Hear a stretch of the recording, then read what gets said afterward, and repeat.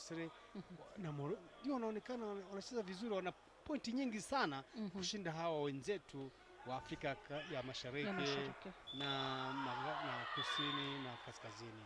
I mean na magharibi. Inatokana nini hasa kwa upande wa hawa Waarabu ndio wanaonekana kuwa wazuri zaidi kuliko wenzao? Aswa in Africa, Kenya inapata like Egypt, Senegal, hizi za Waarabu, South Africa, weupe. Unapata wanatia manani kwa mchezo mwenyewe. Ndio. Mtu akikuwa mdogo alafu wanakuza. Mfano kama huyu Mwarabu, unaona jinsi anavyokuwa anakuwa na speedi, anafuata mwenzake. Sasa unapata wao specifically they are like hii mchezo tuseme kama hii ni karate, kuna wale wanalipwa, wanalindwa vizuri. Anafanya hiyo kazi ndio inamtunza. Wanalindwa na serikali yao. Ni vile nyinyi Wanyarwanda mnafanya. Ndio, lakini bado Rwanda vile wanajitahidi lakini hawajawa na uwezo kama hawajafika. Hawa wako yani, how can I say it? Okay, let me a bit use in English kidogo. Okay.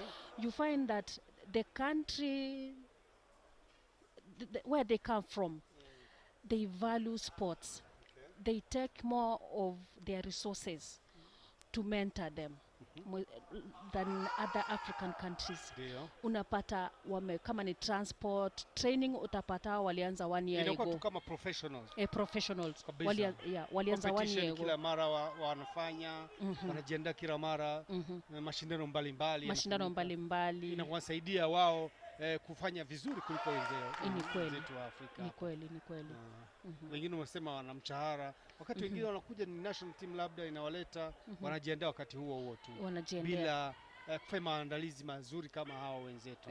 Kama wenzetu. Ni kweli. Warabuni. Ni kweli. Hao Arabu basi inaonekana ndio watachukua medals nyingi na vikombe.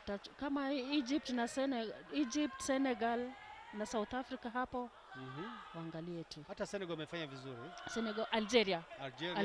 Morocco pia. Algeria wamefanya vizuri. Egypt, Morocco, they're coming up. Tukirejelea upande wa East Africa, inaonekana Rwanda na Kenya ndio wanawakilisha Afrika Mashariki.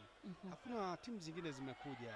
Sijui labda ungewaambia nini labda wale ambao hawajashiriki?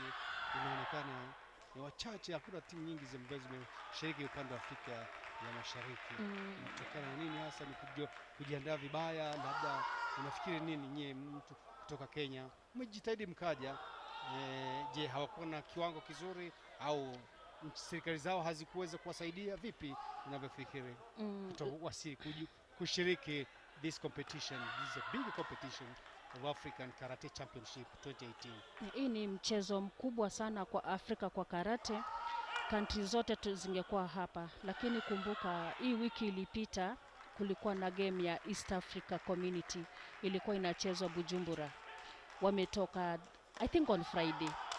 JKA wako South Africa. Vile tunacheza saa hii wako South Africa kucheza. Na vile tuko hapa sasa, country kama Kenya hatungekuja wote, tumekuwa divided mara 3. That's why umeona tumekuja watu wachache. Utapata wengine wako South, wengine wako Bujumbura.